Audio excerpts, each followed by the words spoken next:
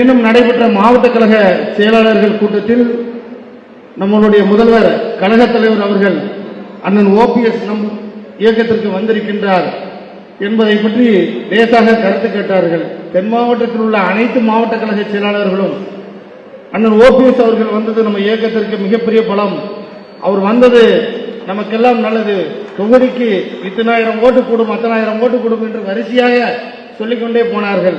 தலைவர் அவர்களும் மிக ரசித்து அவர்கள் பேச்சை வரவேற்று கேட்டார்கள். அண்ணனிடம் நான் பகிர்ந்து கொண்டேன்.